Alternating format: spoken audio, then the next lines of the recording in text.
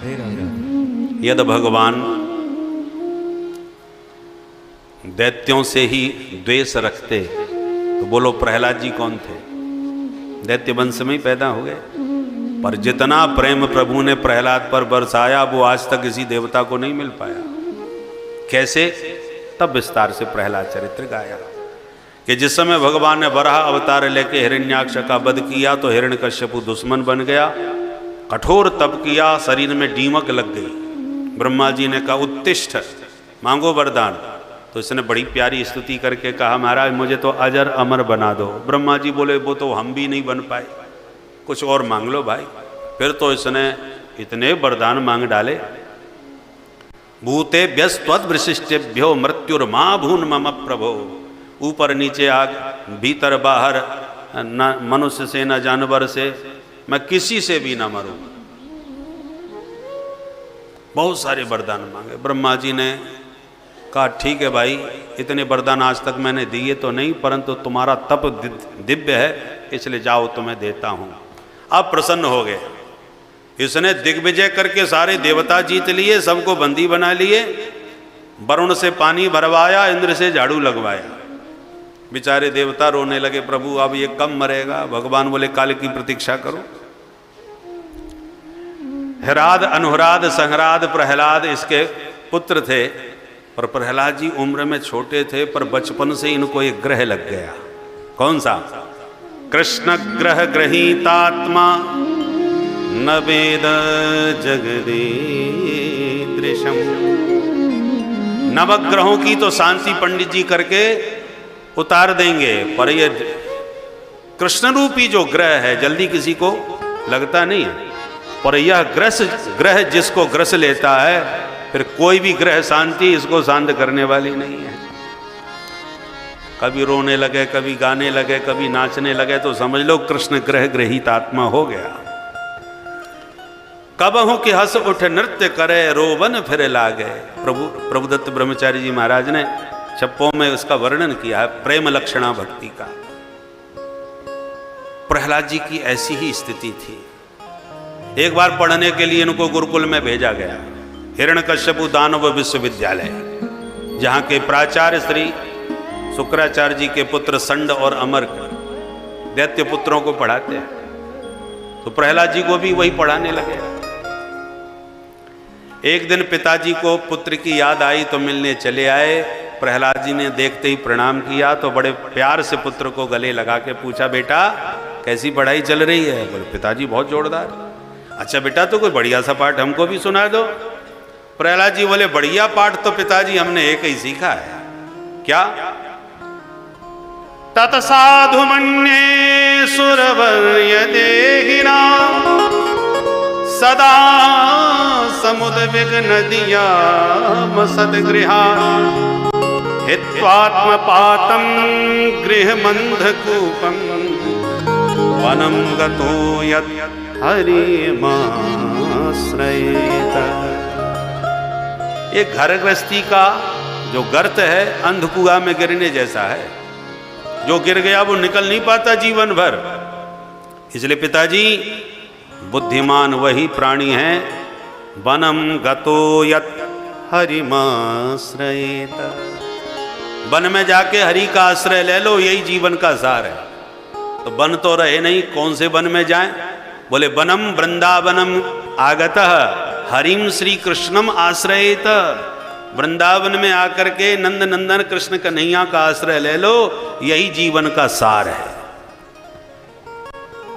बात तो शास्त्र सम्मत कही, परंतु मूड खराब हो गया हिरण्यकश्यपु का, माथा गरम। फिर मन को समझाया बच्चों की कोई गलती नहीं, बच्चे तो कोरे कागज हैं, जैसा सिखा दो वैसा बोलने लगते हैं। अच्छा बेटा जाओ जरा अपने आचार्य जी को हमारे पास लाओ, उनसे हम मिलना चाहते हैं। प्रहलाद जी ने कहा गुरुजी हमारे पिताजी मिलने आए। गुरुजी ने दौड़ के स्वागत किया, अरे आइए आइए महाराज सरकार। बोले ये सब रहने दो, ये बताओ मेरे बेटे को तुम पढ़ा क्या रहे हो? बोले साहब वही पढ़ा रहे हैं जो आप आदेश दे रहे हैं। हमारा तो सरकारी विद्यालय है, सरकार की आज्ञा से चल रहा है, सरकार जो कहते हैं वही हम पढ़ाते हैं। आपने कहा गा माने गणेश पढ़ाना बंद करो, सांप्रदायिकता फैल जाएगी। हमने तुरंत गणेश जी हटा दिया और गा माने गधा पढ़ाना चालू कर दिया।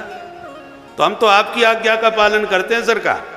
बोले झूठ बोलते हो, अभी अभी मेरा बेटा कह के गया है कि वन में जाके हरि का भजन करो। यही सब सिखाया तुम लोगों ने। अब तो गुरुजी घबरा गए, महाराज हमारे विद्यालय में तो ऐसा कोई भी पाठ नहीं, कोई कोर्स नहीं है, ये आपका बेटा कहाँ से बढ़ गया। महाराज अब हम समझ गए इसमें निश्चित रूप से विपक्ष की साजिश है। आपके दुश्मनों ने आपके बेटे को मौका पा करके ये सब बातें कह करके भड़काया होगा। हम आपको विश्वास दिलाते हैं दोबारा शिकायत का मौका नहीं देंगे, आज आप माफ कर दो। हिरण्यकश्यपु ने कहा मैं कुछ नहीं जानता, यदि ये हाल सारे विद्यार्थियों का होगा तुम्हारे विद्यालय में, ये लक्षण तो हमें ऐसे लगता है कि तुमने अपने सारे विद्यालय का भगवाकरण कर रखा है। दोबारा मैंने किसी प्रहलाद के मुख से ये वचन सुने तो तुम जीवित नहीं रहोगे, इतना याद रखना। बोलो राधे राधे। इस प्रकार से जब धमकी दे के चला गया तो गुरुजी तो घबरा गए, डंडा उठाया, प्रहलाद जी को प्यार से समझाया, पर प्रहलाद जी पर कहाँ कोई रंग चढ़ने वाला था। डांटते होगे गुरुजी, बोले मूर्ख कहीं के, दैत्यों के चंदन जैसे बगीचे में तू बमूर कब पेड़ कहाँ से पैदा हो गया। दैत्य चंदन बने जातो यम कंटक द्रुम। बहुत डांटा फटकारा। समय बीता। एक बार विद्यालय के अवकाश में जब गुरुजी घर छोड़ने आए तो मातृमष्टमलंकृतम, माँ कयाधु ने बड़ा सुंदर श्रृंगार किया प्रहलाद का और कहा बेटा जाओ पिताजी को प्रणाम करके आओ। और जो पिताजी को प्रणाम किया सो पिताजी ने फिर गोद में लेकर के प्यार करते हुए वही प्रश्न पूछ दिया, यद्धीतम किंचिद उत्तमम, सबसे बढ़िया उत्तम अध्ययन अभी तक क्या किया बेटा बताओ। गुरुजी की तो धड़कन तेज हो गई, आज भगवान जाने ये कौन सा पाठ सुनाएगा। प्रहलाद जी गुरुजी को इशारे में बोले गुरुजी बढ़िया पाठ पूछ रहे हैं तो घटिया तो नहीं सुनाऊंगा। पिताजी अब तो हमने 9 पाठ याद कर लिए। अरे वाह बेटा, कौन कौन से?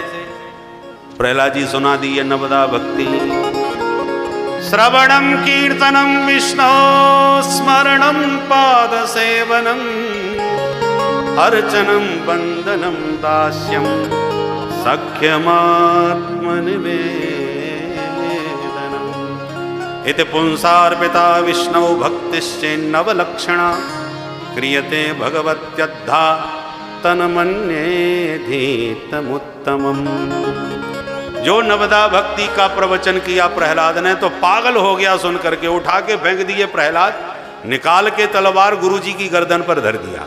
ब्रह्म बंधो सच बताओ, तुमने मेरे बेटे को पूरी तरह बर्बाद कर दिया। पहले एक बात बोला था, आज 9 पाठ सुना दिया। इसका मतलब इसको बिगाड़ने में पक्का तुम्हारा हाथ है। अब गुरुजी थर थर कांपे, महाराज गंगा जल उठवा लो हमसे, जिसकी चाहे सौगंध खवा लो। हम दावे के साथ कहते हैं हमने तो पढ़ाया ही नहीं, पर यह भी विश्वास दिलाते हैं किसी दूसरे ने भी इसको नहीं पढ़ाया, क्योंकि अहरनिश इस पर हमने दृष्टि रखी है। इसलिए न मत प्रणीतम न पर प्रणीतम सुतो वतत्ते सतवेन्द्र सत्रो नैसर्गिकीयं मतिरस्य राजन् नियच्छमन्नुं कददास्ममानः। गुरुजी ने अपनी बात कही तो हिरण्यकश्यपु ने प्रहलाद जी से कहा, पुत्र तुम मुझे अब सत्य बताओ, तुम्हारी बुद्धि कौन बिगाड़ रहा है। प्रहलाद जी ने कहा, पिताश्री अंधों की लाइन में जितने अंधे जा रहे थे सब धमाधम गिरते जा रहे थे। किसी भी गिरने वाले अंधे ने किसी को सावधान नहीं किया तो मैं गिर गया तो ये ना गिरे। बोले हम गिर गए तो इनको भी क्यों छोड़ें, ये भी गिरने चाहिए। अंधा यथांधई रूपकी यमाना, ऐसी संसार के इस गर्त में सब गिरते जा रहे हैं। गिरने के बाद सब समझ में आ जाता है कि गिरना कितना खतरनाक है, फिर भी कोई किसी को सावधान थोड़ी करता है। हम भी गिरे तुम भी गिरो। इसलिए पिताजी उस जीवन के परम सत्य को मैं जानता हूं और वो भगवान की कृपा से ही जाना जा सकता है। यत कृपा तम हम बंदे। हिरण्यकश्यपु समझ गया क्रुद्ध होकर के निर्देश दिया, जाओ इस बालक को मृत्यु मुख में डालो, क्योंकि जो अंग भयंकर रोग से ग्रसित हो जाए उसे कटवा ही देना चाहिए। छिन्द्यात् तदंगम यदुदात्मनो हितम शेषम सुखम जीवत यद विवर्जनात्। मेरा पुत्र है, मेरा प्रिय अंग है, परंतु इसमें नारायण भक्ति का भयंकर रोग लग गया है, और मैं जानता हूं ये रोग बहुत खतरनाक है, कोरोना की तरह फैलता है, एक से दूसरे को तुरंत पकड़ता है। तो अभी तो प्रहलाद अकेला है, कहीं इसके संग में ये बीमारी इधर और न फैल जाए, इसलिए रोगी को तुरंत ठिकाने लगा दिया जाए। आदेश मिलते ही असुर टूट पड़े, प्रहलाद को मारने का उद्यम करने लगे। पर्वतों से गिराया, पानी में डुबाया, होलिका ने जलाया, विषपान कराया, भोजन पर प्रतिबंध लगाया, मारण मोहन सब करवाया, फिर भी कुछ नहीं बिगाड़ पाया। तो मन ही मन घबराया। तब संडामर्ग जी ने आके समझाया कि राजन ये बच्चा है, बदल जाएगा, थोड़ा अवसर हमें दीजिए। बोले तो ले जाइए। गुरुजी पकड़ के फिर वापस विद्यालय में ले आए। एक बार गुरुजी कहीं दाएं बाएं हो गए इधर उधर, प्रहलाद जी सारे विद्यार्थियों को बुला के बोले देखो एक नया खेल सिखाऊं। बच्चे तो गुरुजी के जाते ही खेलने के लिए भागते हैं। हाँ प्रहलाद कौन सा नया खेल? प्रहलाद जी बोले चलो आंख मिचौनी खेलें। बोले ये तो पुराना है। कितना पुराना है, कब से प्रारंभ हुआ है? बोले ये तो हमें नहीं मालूम प्रहलाद, पर इतना जानते हैं खेल पुराना है। प्रहलाद जी बोले तो हम बताते हैं। जीवात्मा परमात्मा दोनों मित्र हैं। दोनों ने कहा चलो आंख मिचौनी खेलें। तो पहले कौन छुपेगा? आंख मिचौनी में यही होता है, हम छुपे तुम ढूंढो। जीवात्मा बोले प्रभु हम छुपेंगे, आप हमें ढूंढना। अच्छा तो जाओ छुप जाओ। तो महाप्रलय काल में अनंत अनंत समस्त जीव भगवान के उदरस्थ हो गए। कल्पांत एतद कठरेन ग्रहणन, सब भगवान के पेट में समा गए। और भगवान ने जब ढूंढना प्रारंभ किया सृष्टि के आदि में, तो एक एक जीव को उसके पूर्व कर्मानुसार ढूंढ ढूंढ के जगत में जन्म दे दिया। और भगवान बोले हमने तुम सबको ढूंढ लिया, अब इसी जगत के कण कण में हम भी छुपे बैठे हैं, तुम हमें ढूंढ के बता दो। नियम है भाई, हमने तुम्हें ढूंढा, तुम हमें ढूंढो। तो मित्रों उस परम सखा ने तो हमको ढूंढ निकाला, अब हमारी बारी उसको ढूंढने की है। और जब तक उसे ढूंढ नहीं निकालेंगे तब तक इस जगत जाल से बचने वाले नहीं हैं। पुनरपि जननम पुनरपि मरणम के चक्कर में भटकते रहेंगे। मृत्यु और जन्म की पीड़ा से बचने का और कोई दूसरा रास्ता नहीं है बिना उसको जाने। श्रुति भगवती कहती है तमेव विदित्वा मृत्युमेति नान्यः पंथा विद्यते अनाय। इसलिए ढूंढो, जानो, तम एव विदित्वा, उसको जाने बिना न अन्यम पंथा विद्यते। इसलिए कौमार आचरेत प्राज्ञो धर्मान भागवतानि। कुमारावस्था से जो उसको जानने में लग जाए तो बुढ़ापे तक शायद जाने लेगा। बुढ़ापे के भरोसे मत रहना। 100 साल की उम्र भी हो तो 50 साल सोने में गई, प्रारंभ की 20 साल खेलने कूदने में अनाड़ी पने में चली गई। बुढ़ापे के जो 20 साल हैं 80 के बाद के उनको पहले ही से निकाल दो कि उस समय शरीर चले जाए, बस यही सबसे बड़ी सेवा है। धर्म कर्म कोई कहाँ कर पाता है? शरीर में इतनी व्याधियाँ व्याप्त हो जाती हैं, शरीरे जर्जरी भूते, ऐसी स्थिति में कोई क्या साधन कर पाएगा? अब जो 10 साल जवानी के हैं तो शादी होते ही देवी जी के मंत्र प्रतिदिन कान में सुनने में आएंगे कि वो राशन खत्म हो गया, लाना है, और देखो बच्चों की फीस भी जमा करनी है। यही सब मंत्र रोज सुनोगे। कथम प्रियाया अनुकंपिताया संगम रहस्यम रुचिरांश मंत्रान। तो बोलो कब भजन करोगे? विद्यार्थी बोले प्रहलाद तू बड़ी जोरदार बात बताता है, उम्र तो तेरी छोटी सी है, पर तुझे सिखाता कौन है भाई? भाई उसी विद्यालय में हम पढ़ रहे हैं, तुम भी पढ़ रहे हो, फिर गुरुजी कभी सिखाते नहीं, तुम कहाँ सीख जाते हो? प्रहलाद जी बोले जब माँ के पेट में थे तब नारद जी ने माँ को सिखाया, माँ के पेट में हमने भी सीख लिया। विद्यार्थी बोले इसका मतलब गुरुजी ठीक ही कहते थे, ये पढ़ा पढ़ाया पैदा हुआ है। भाई प्रहलाद मन तो हमारा होता है कि तेरे साथ खूब प्रेम से कीर्तन गावें, पर तेरे पिताजी से बहुत डर लगता है। प्रहलाद जी बोले मेरे पिता से डरते हो और जगत पिता से नहीं डरते। देखो मित्रों, देवासुरो मनुष्यो वा यक्षो गंधर्व एव वा भजन मुकुंद चरणम स्वस्तिमान स्याद यथा वयम। मैं भी तो दैत्य पुत्र हूं, पर प्रभु ने जैसे मुझे स्वीकार किया ऐसी देवता असुर यक्ष किन्नर गंधर्व कोई भी हो, किसी जाति का हो, हरि को भजे सो हरि को होई। अच्छा तो ठीक है प्रहलाद, अब जो होगा देखा जाएगा, आज हम तेरे साथ में, चलो कीर्तन करें। जो कीर्तन करना प्रारंभ किया, गोविंद मेरो है गोपाल मेरो है, गोविंद मेरो है गोपाल मेरो है, गोविंद मेरो है गोपाल मेरो है, गोविंद मेरो है गोपाल मेरो है, श्री बांके बिहारी नंदलाल मेरो है, श्री बांके बिहारी नंदलाल मेरो है। मस्ती में सब गा रहे हैं, कीर्तन कर रहे हैं। इतने में गुरुजी आ गया। गुरुजी ने कीर्तन सुना तो घबरा गए, कहीं महाराज ने सुन लिया तो मेरी गर्दन उड़ा देंगे। भागे भागे गए, सरकार गजब हो गया। क्या हुआ? बोले महाराज आपके बेटे की बीमारी फैल गई, चल के देख लो विद्यालय की हालत क्या हो गई। सुनते ही कोपावेश चलत गात्र पुत्रम हंतुम मनोदधे, आज अपने बेटे को सचमुच मार डालूंगा, ऐसा विचार बना के क्रोध में भरा चला। और जो कीर्तन सुना, भयंकर अट्टहास किया और कीर्तन पूरा सन्नाटे में बदल गया। जो जहां जैसे गा रहे थे, नाच रहे थे, सब मूर्ति बने खड़े रह गए, छोटे छोटे विद्यार्थी। प्रहलाद अब तू संभाल।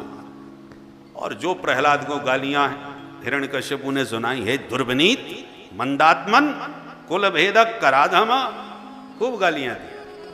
बोल किसके बल पर तूने मेरी सत्ता को चुनौती देने का दुस्साहस किया? शासनम किम बलोत्यगा। तो प्रहलाद जी तो एकदम शांत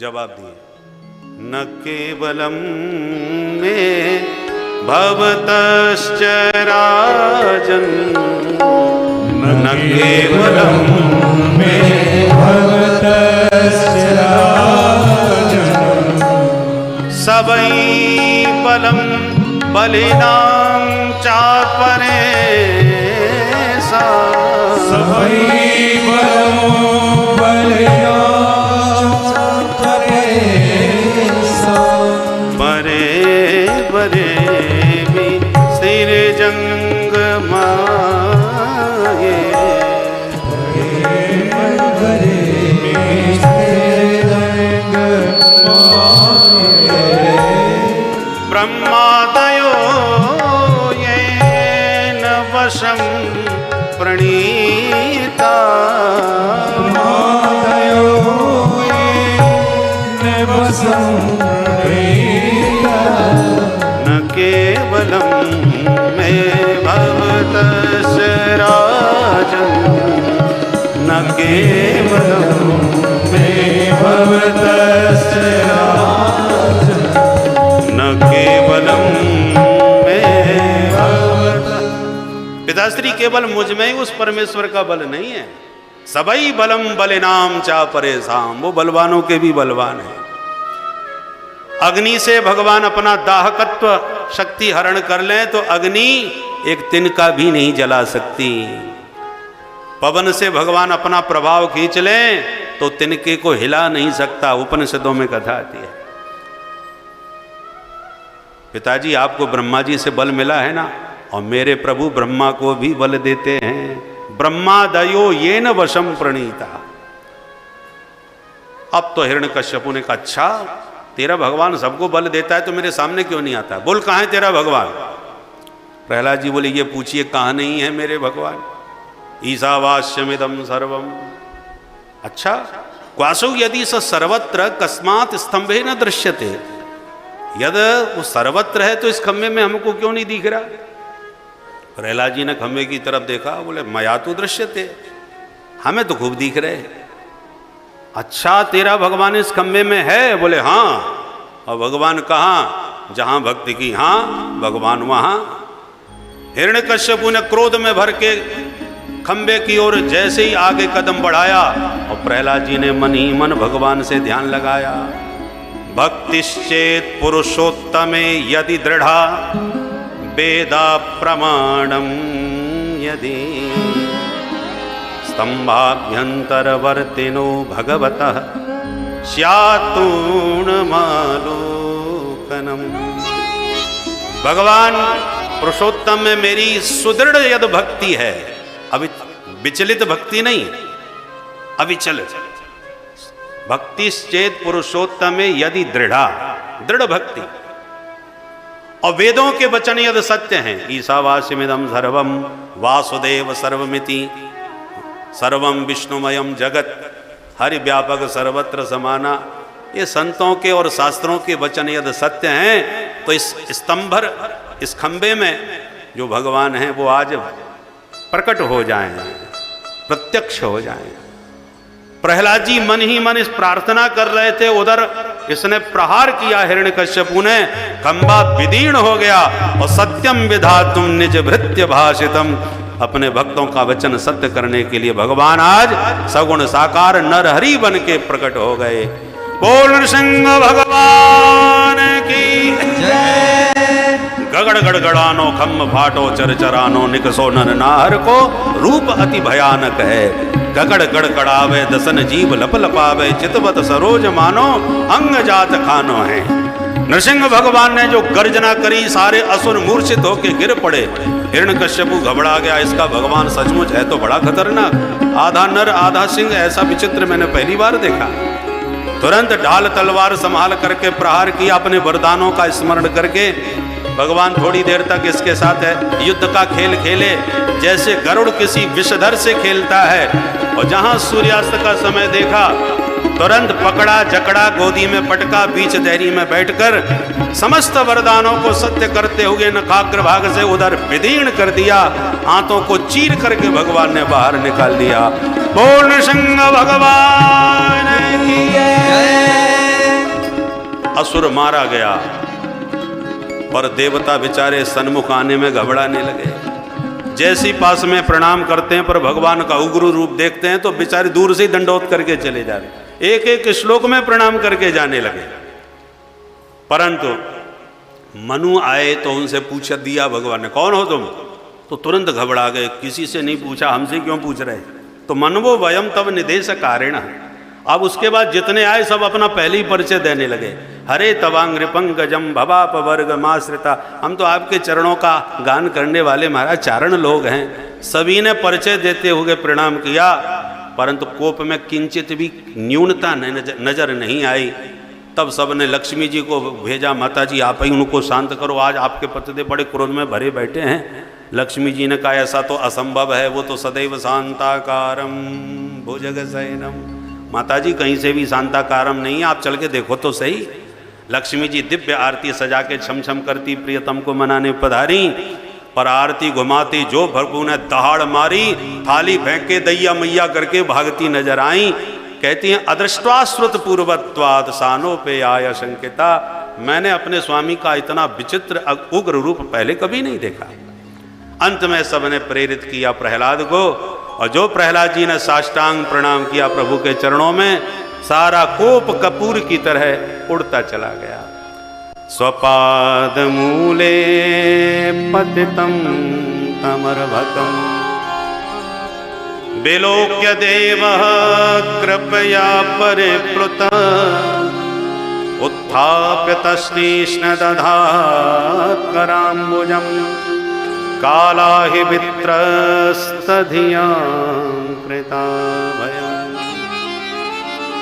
पादमूले पतितम तम अर्भकम प्रहलादम विलोक्य कृपया परिप्लुतः। भगवान कृपा और करुणा से परिपूर्ण हो गए प्रहलाद जी को देखते ही।